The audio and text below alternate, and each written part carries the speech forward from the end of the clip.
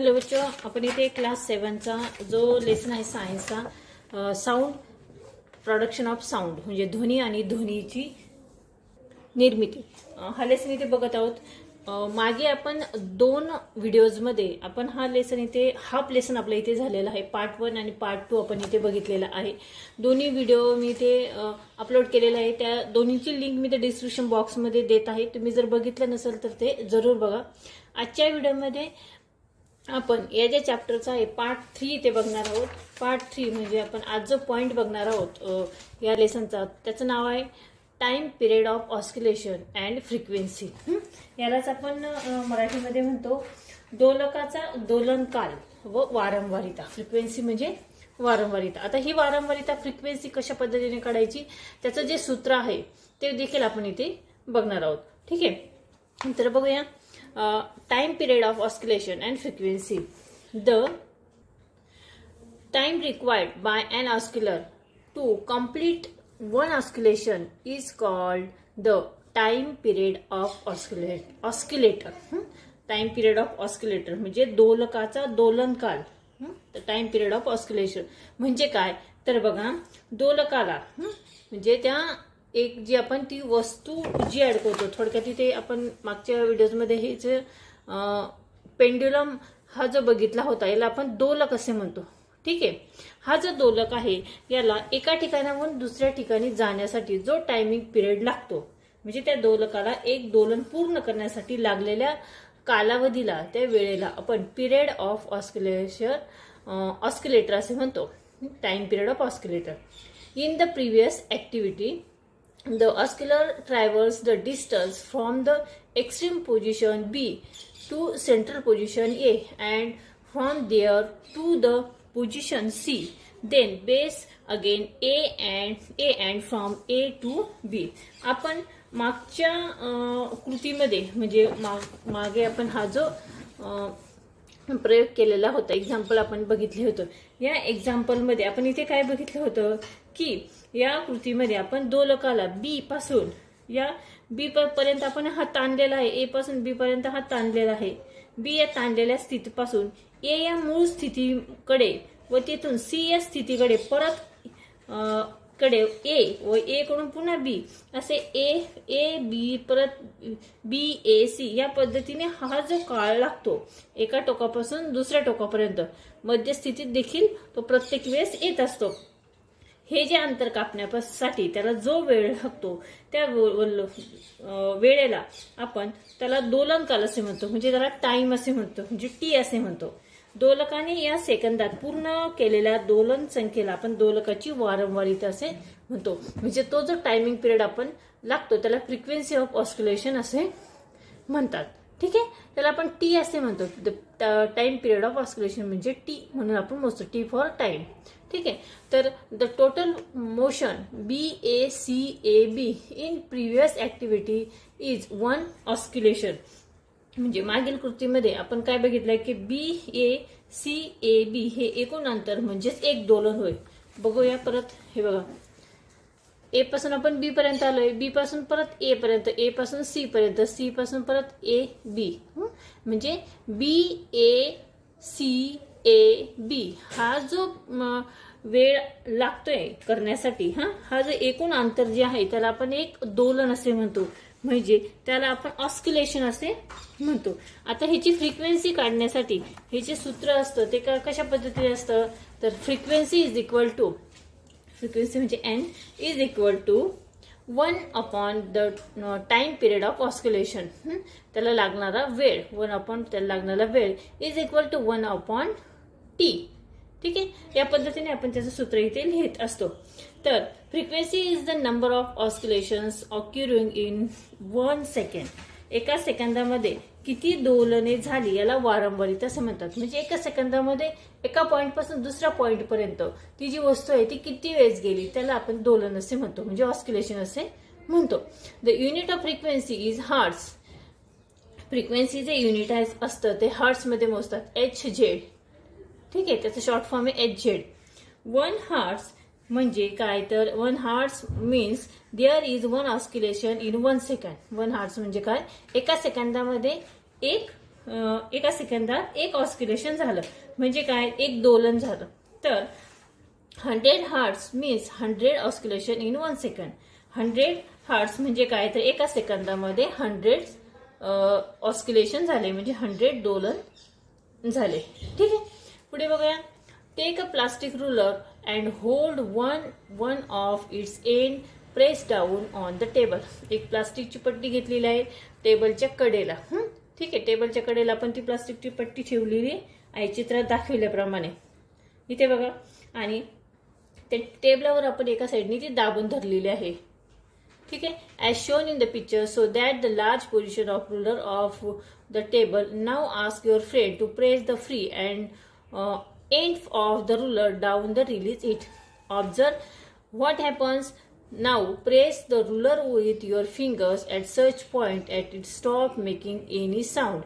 Now pull in 10 centimeter more in ruler onto the table and repeat the action. Listen to distance with the first and second sound. इथे काय म्हटलंय की आपण ही जी पट्टी टेबलवरती एका साईडने दाबून धरलेली आहे. आता आपण इथे दाबताना पट्टीचा खूप सारा भाग हा बाहेर आला पाहिजे. टेबलपासून जिथे दाबण्याच्या कडेला दाबायचे आणि खूप सारा भाग हा बाहेर आला पाहिजे. या पद्धतीने दाबायचे आणि एका हाताने आपण त्यावरून प्रेस करायचंय. तर त्याचा बराचसा भाग पट्टीचा बाहेर राहिल्यानंतर आपण वरून पट्टीचा मोकळा भाग हा खालच्या दिशेला आपण दाबून धरला आहे आणि परत वरती सोडला आहे. तर आपल्याला काय दिसते की पट्टीच्या अशा बिंदूने बोटाने दाबून, जेणेकरून पट्टीचा आवाज बंद होईल आणि पट्टी 10 सेंटीमीटर पुन्हा आत मूळ कृती करा. म्हणजे काय सांगितलं की ते पट्टी दाबून धरायची आहे.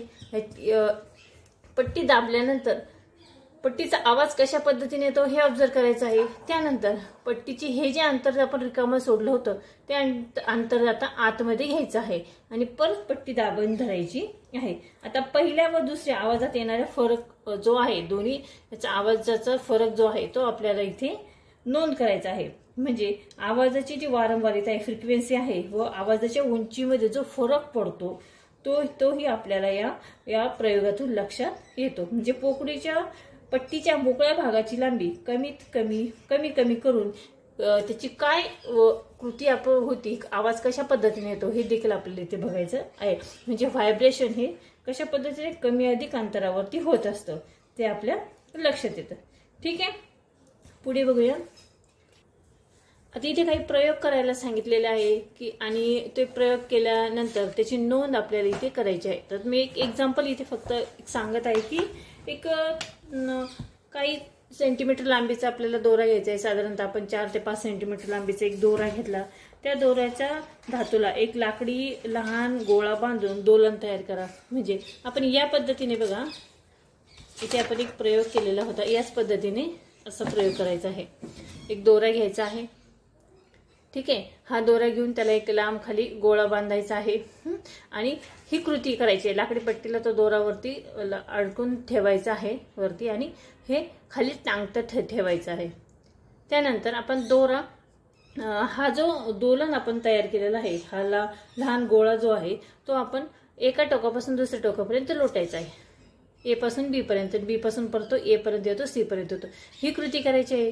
आता यासाठी ए बी सी ए बी हे जे अंतर आहे सी ते बी एक पूर्ण करण्यासाठी किती वेळ लागतो तो आपल्याला इथे नोट डाऊन करायचा आहे टेबलमध्ये. या टेबलमध्ये बघा, इथे आपण इथे काय घ्यायचे, त्या दोलकाची लांबी घ्यायची आहे. अगोदर किती सेंटीमीटर आहे, नंतर time required 20 oscillation in second, 20 वेळेस ते काय म्हणतात 20 दोलनासाठी लागलेला कालावधी तो इथे लिहायचा आहे. त्यानंतर दोलकाचा दोलन काळ म्हणजे सेकंदात आपल्याला तो इथे लिहायचा आहे T/20 आणि फ्रिक्वेन्सी आपल्याला लिहायची आहे 1/T. ठीक आहे, तर दोऱ्याची लांबी जेवढी असेल त्यानुसार किती वेळेस ते दोलन करतं, किती वेळ त्याला लागतो तो इथे नोट करायचा आहे. त्यानंतर दोऱ्याची लांबी कमी करत येत आहे, असे 6 वेळा करायचं आहे आणि प्रत्येक वेळेस आपल्याला किती टायमिंग पिरियड लागतो तो आपल्याला इथे नोट डाऊन करायचा आहे. ठीक आहे, तर ही जी ऍक्टिव्हिटी आहे ही मुलांनी स्वतः घरी करायची आहे. ठीक आहे, पुढचा जो आपला टॉपिक आहे तो आहे high and low pitch of sound. हा आपण इथे बघणार आहोत, high and low pitch of sound. ह्यालाच आपण काय म्हणतो, ध्वनीची उच्च निश्चितता. म्हणजे ध्वनीचं उंच आणि सगळ्यात खाली असा आवाज आपल्याला साऊंड इथे बघायचा आहे. High and low pitch of sound. Take a wooden board. त्यासाठी एक प्रयोग दिलेला आहे. Take a wooden board 18 to 90 centimetre long and 5 centimetre wide. चित्रात दाखवल्याप्रमाणे एक 80 ते 90 सेंटीमीटर लांब व 5 सेंटीमीटर रुंद अशी एक फळी आपल्याला घ्यायची आहे. आणि त्या फळीवर काय करायचं आहे, त्याच्या दोन्ही टोकांना हॅमर टू नेल इनटू, दोन्ही टोकांना 2 खिळे आपल्याला हातोडीच्या सहाय्याने ते ठोकायचे आहे. Each a few centimetres away from its wire stretch tightly between them. आणि ते खिळे ठोकल्यानंतर त्या 2 खिळ्यांच्या दरम्यान एक बारीक तार आपल्याला पक्की बांधून घ्यायची आहे. आणि या इथे चित्रात दाखवल्याप्रमाणे काय करायचं आहे की त्या खिळ्यांजवळ म्हणजे काय तर tie the ends of thin metal wire and nails so that the under the wire near each wire is stretched tightly between them. Insert the wedge shape wooden or plastic block under the wire near each of nails and plug the wire lightly. म्हणजे काय इथे बघा चित्रात दाखवल्याप्रमाणे त्या खिळ्यांच्या जवळ त्या तारेच्या खाली दोन्ही बाजूने एक लाकडी किंवा प्लास्टिकचा एक त्रिकोणी ठोकळा आपल्याला ठेवायचा आहे.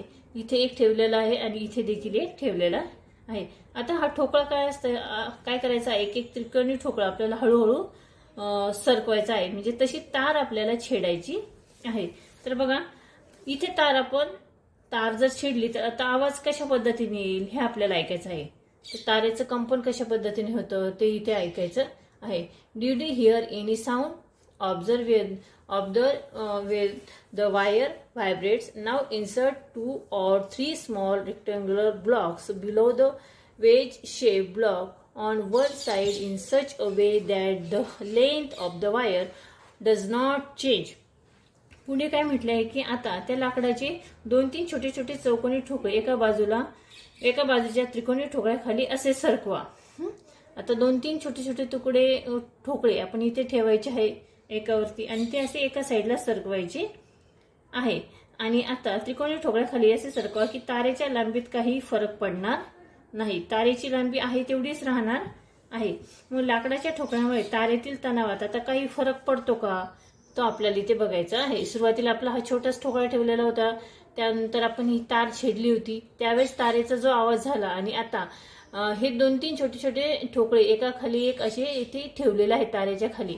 म्हणजे इथे तारेला काय झाले आहे, वरती ताणली गेलेली आहे. आणि आता परत आपण ही तार जी आहे तिला आवाज द्यायचा आहे म्हणजे ती छेडायची आहे. तर आता काय फरक पडतो तर तारेच्या लांबीत आपल्याला काही फरक पडणार नाही, पण आता बोटाच्या साहाय्याने तारेला छेडावं त्याचा ध्वनी आपल्याला ऐकायचा आहे.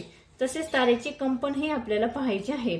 या कंपनाच्या वारंवारितेमध्ये काय फरक जाणवतो याची नोंद आपल्याला घ्यायची आहे. आणि या नोंदीवरून आपल्याला काय आढळते ते देखील इथे बघायचे आहे.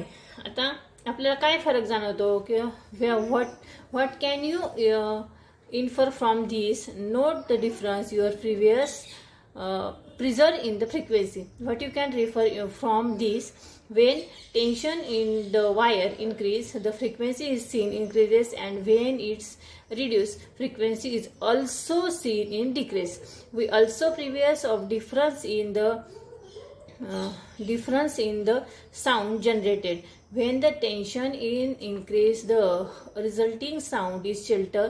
When the tension is reduced, the sound is also less shrill. This is what is called the high and low pitch of sound. आपल्याला काय लक्षात येतं की ताण वाढलेला असताना येणारा ध्वनी हा उच्च असतो, तर ताण कमी असताना तो निश्चितम म्हणजे कमी ध्वनी आपल्याला दिसतो. यालाच आपण ध्वनीची उच्च निश्चितता असे म्हणतो. ठीक आहे. तर बघा, which of the sounds, the roar in the lion or the hum of mosquito has the higher pitch. म्हणजे काय तर सिंहाची डरकाळी व डासाचे गुणगुणणे यापैकी कोणत्या आवाजाची पट्टी उच्च असेल तर सिंहाची डरकाळीच. ठीक आहे. Roar of lion. आणि what structure in the sitar help to produce higher or lower pitch sound. म्हणजे काय तर सतारीमध्ये उच्च पट्टी व नीच पट्टीच्या आवाजाखाली काय रचना असते. ठीक आहे. तर अशा पद्धतीने आपण इथे high and low pitch of sound हा पॉइंट देखील इथे बघितलेला आहे. हा लेसन मी इथेच थांबवते आहे. या लेसनचा जो पुढचा टॉपिक आहे म्हणजे पार्ट 4 मध्ये आपण तो इथे बघणार आहोत, इंटेन्सिटी ऑफ साऊंड आणि साऊंड लेवल. आणि उरलेली छोटे छोटे 2-3 पॉइंट आहे, ॲडिबल साऊंड अँड इन्फ्रास्टिक साऊंड हे जे पॉइंट आहे, अल्ट्रासॉनिक साऊंड हे पॉइंट आपण नेक्स्ट व्हिडिओमध्ये बघणार आहोत. तर ठीक आहे, आजचा व्हिडिओ कसा वाटला कमेंट्स करून नक्की कळवा. व्हिडिओ आवडला तर व्हिडिओला लाईक करा, शेअर करा आणि चॅनलवर नवीन असेल तर चॅनल सबस्क्राईब करा. व्हिडिओ बघितल्याबद्दल धन्यवाद.